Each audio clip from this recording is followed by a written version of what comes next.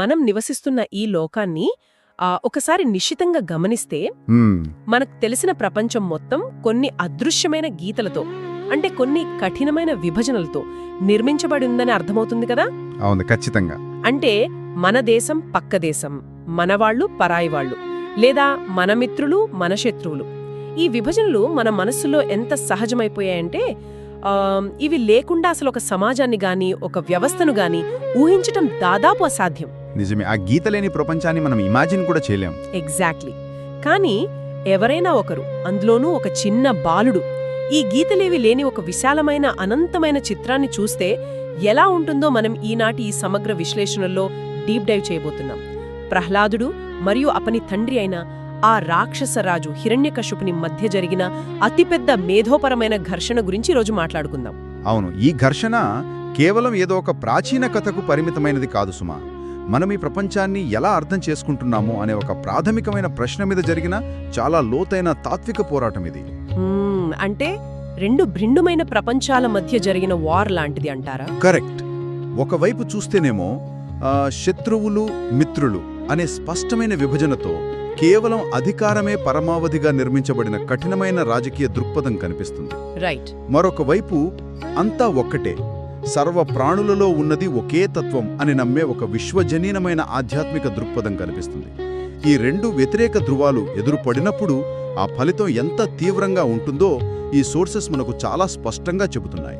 ఆ తీవ్రత ఎలాంటిదంటే ఒక తండ్రి తన స్వంత కొడుకును ఎంతో ప్రేమగా దగ్గరకు తీసుకుని, నాయనా నువ్వు గురుకురానికి వెళ్లావు గదా, అక్కడ ఏమి నేర్చుకున్నావు అని ఎంతో ఆప్యాయంగా అడిగాడు. ఆ క్షణం చాలా కీలకమైనది. అవును. ఆ కొడుకు చెప్పిన చిన్న సమాధానం వినగానే ఆ తండ్రి చెవులలో ఎవరో సలసలా కాగే సీసం పోసినట్లుగా అనిపించిందట. అసలు ఆ క్షణంలో ఏం జరిగింది అనేది మనం విప్పి చూడాలి. కాని అంతకంటే ముందు అసలు హిరణ్యకశిపుడు అంటే ఎవరు, అతని ఆలోచనా విధానం ఎలాంటిదో తెలుసుకోవాలి కదా. అవును, హిరణ్యకశిపుని బలాన్ని మనం సాధారణమైన కొలబద్దలతో కొలవలేము కదా. అతను అష్టదిక్పాలకులను అంటే 8 దిక్కులను పాలించే దేవుళ్లను సైతం ఓడించి బ్రహ్మదేవుడి నుండి అసాధారణమైన వరాలు పొందిన మహాశక్తి. అంటే తనకు ఇక మరణమే లేదు అనుకున్న ఒక చక్రవర్తి. ఎగ్జాక్ట్లీ. అతని మానసిక స్థితిని విశ్లేషిస్తే అతని సామ్రాజ్యమంతా కూడా ఒకే ఒక పునాది మీద నిర్మించబడింది. అదే భయం మరియు తాను గీసుకున్న కఠినమైన సరిహద్దులు. తన మాట వినేవాళ్లు మిత్రులు, ఎదిరించేవాళ్లు శత్రువులు. ఈ లాజిక్ అతనికి చాలా క్లియర్. ఓహో, అంటే అంతా వైట్ అండ్ బ్లాక్ అన్నమాట, అతనికి గ్రే ఏరియా లేదు. లేదు. సో భవిష్యత్తులో ఈ రాక్షస సామ్రాజ్యాన్ని పాలించాల్సిన తన కొడుకు ప్రహ్లాదుడిని చదువు కోసం చండా అమర్కుల వద్దకు పంపాడు. వాళ్ళు రాక్షస గురువైన శుక్రాచార్యుని పుత్రులు.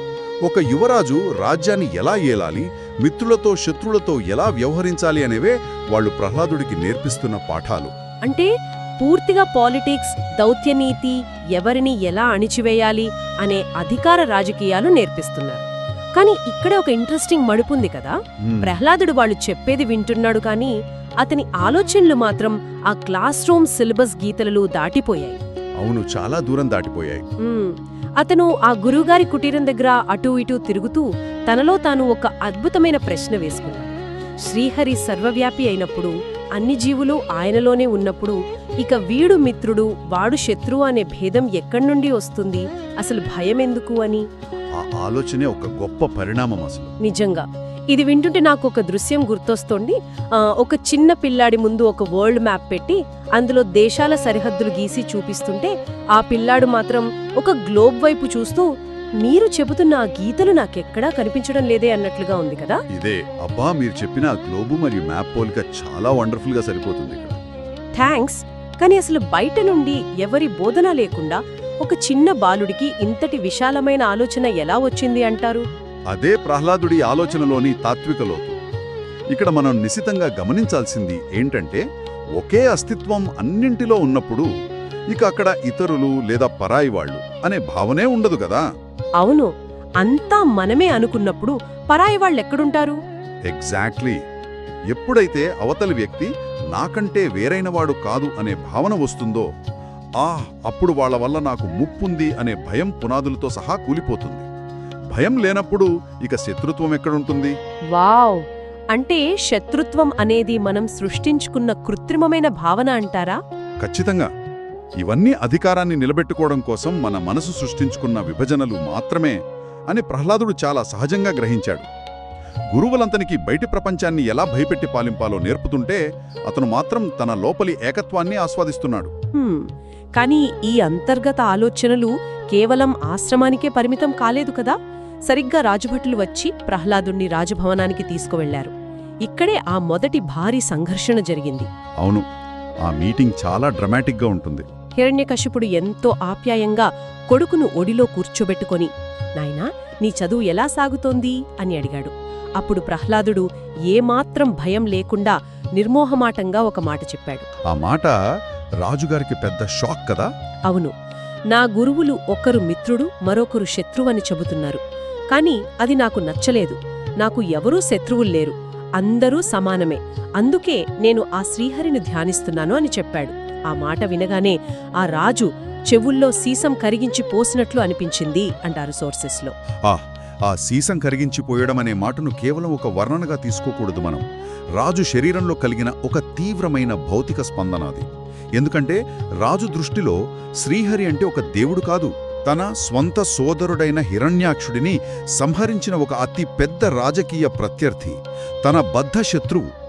అలాంటి ప్రత్యర్థి పేరును తన సొంత కుమారుడు ఆరాధిస్తున్నానని చెప్పడం ఆ నియంత అహానికి ఎంత పెద్ద దెబ్బో ఆలోచించండి. ఒక్క నిమిషం, ఇక్కడ నాకొక పెద్ద సందేహం వస్తోంది.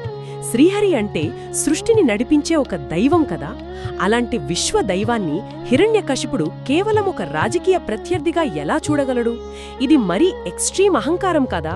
నియంతృత్వ మనస్తత్వం పనిచేసే తీరు అలాగే ఉంటుంది. సంపూర్ణమైన అధికారం చేతిలో ఉన్నప్పుడు అది వాళ్ల కళ్లకు గంతలు కడుతుంది. హిరణ్యకశిపుడికి తానొక దేవుడిని అయిపోవాలనే ఆకాంక్ష ఉంది. ఓహో, అంటే తనే సుప్రీం పవర్ అనుకున్నాడా? అవును, ఎవరైతే తనని కాదని వేరొక శక్తిని ఆరాధిస్తారో వాళ్లు అతనికి తన అధికారాన్ని ప్రశ్నించేవాళ్లలా కనిపిస్తారు. అతనికి రెండే వర్గాలు ఉంటాయి, తనకి తలవంచేవాళ్లు లేదా ఎదిరించేవాళ్లు. శ్రీహరి తలవంచలేదు కాబట్టి ఆయన ఒక ప్రమాదకరమైన శత్రువు మాత్రమే. అంటే అధికారం మత్తు మనిషిని ఎంత గుడ్డివాడిని చేస్తుందో ఇక్కడ స్పష్టంగా కనిపిస్తోంది. సరే, కొడుకు అలా ఎదురు చెప్పినప్పుడు మామూలుగా ఏ తండ్రి అయినా కోపంతో కొడతాడు లేదా అతను చెప్పిన లాజిక్ని ప్రశ్నిస్తాడు కదా. కాని రాజు ఆశ్చర్యకరంగా అలా చెయ్యలేదు. పైకి నవ్వుతూనే కొడుకును సాగనంపి గురువులను పిలిపించి వార్నింగ్ ఇచ్చాడు కదా. అవును, నా కొడుకు మనసులో ఎవడో విషం నింపుతున్నాడు, మీరేం చేస్తున్నారు అని వాళ్ళని నిలదీశాడు. ఎగ్జాక్ట్లీ, నా కొడుకు మెదడును ఎవడో హ్యాక్ చేశాడు అన్నట్లుగా మాట్లాడాడు. అంటే తన కొడుకు స్వతహాగా ఒక గొప్ప సత్యాన్ని గ్రహించి ఉండొచ్చు అని అతను కనీసం ఊహించలేకపోయాడు కదా. హిరణ్యకశిపుడి మనస్తత్వంలోని లోపం సరిగ్గా ఇదే.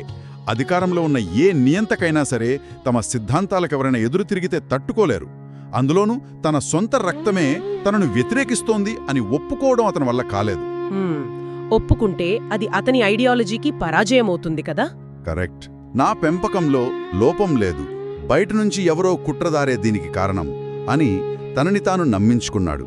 ఇది ముమ్మాటికి ఆ గురువుల సెక్యూరిటీ ఫెయిల్యూర్ అని నిర్ధారణకొచ్చాడు. అబ్బా, ఈ రాజుగారి హెచ్చరికలతో ఆ గురువుల పరిస్థితి ఎలా తయారైందో ఊహించుకుంటే ఒక పక్క నవ్వొస్తుంది, మరో పక్క వాళ్ళని చూస్తే జాలేస్తుంది. పాపం వాళ్లు భయంతో వణికిపోతూ ప్రహ్లాదుడి దగ్గరికి వెళ్లారు. వాళ్ల ప్రాణాలు గాల్లో దీపంలా మారిపోయాయి కదా మరి. అవును, నాయనా, ఇలాంటి అబద్ధాలెందుకు చెబుతున్నావు? మా పరువు తీయడానికే పుట్టావా? ఇవన్నీ చాటుగా ఎవరో నేర్పించారు కదూ అని నిలదీశారు. దానికి ఆ అబ్బాయి చాలా ప్రశాంతంగా, లేదు గురువులారా, నన్ను ఎవ్వరూ ప్రభావితం చెయ్యలేదు, ఇది నేను స్వయంగా గ్రహించిన సత్యం అని ఆన్సర్ ఇచ్చాడు. ఆ మాట విన్నాక ఆ గురువుల మైండ్ పూర్తిగా బ్లాంక్ అయిపోయి ఉంటుంది. ఎందుకంటే వాళ్ళ నమ్మిన ఎడ్యుకేషన్ సిస్టమ్ అంతా ఒక మెషిన్ లాంటిది. ఒకరు నేర్పిస్తేనే ఇంకొకరికి జ్ఞానం వస్తుందని వాళ్ళ నమ్మకం. అంటే ఇన్ఫర్మేషన్ పాస్ చేస్తేనే తెలుస్తుంది అనుకున్నారు. అవును, మనిషి అంతర్గత చైతన్యం ద్వారా వాటంతటవే సత్యాలు బోధపడతాయనేది వాళ్ల సిలబస్లో ఎక్కడా లేదు. అందుకే ప్రహ్లాదుడి మాటలు వాళ్ళకి అర్థం కాలేదు. ఇక నిన్ను బాగు చేయటం మా వల్ల కాదు అని ఆ పిల్లాన్ని బ్లేమ్ చేయటం స్టార్ట్ చేశారు. అవును, ఇక్కడ వాళ్ళు చేసిన డ్యామేజ్ కంట్రోల్ వింటే అసలు నవ్వు ఆపుకోవడం కష్టమవుతుంది.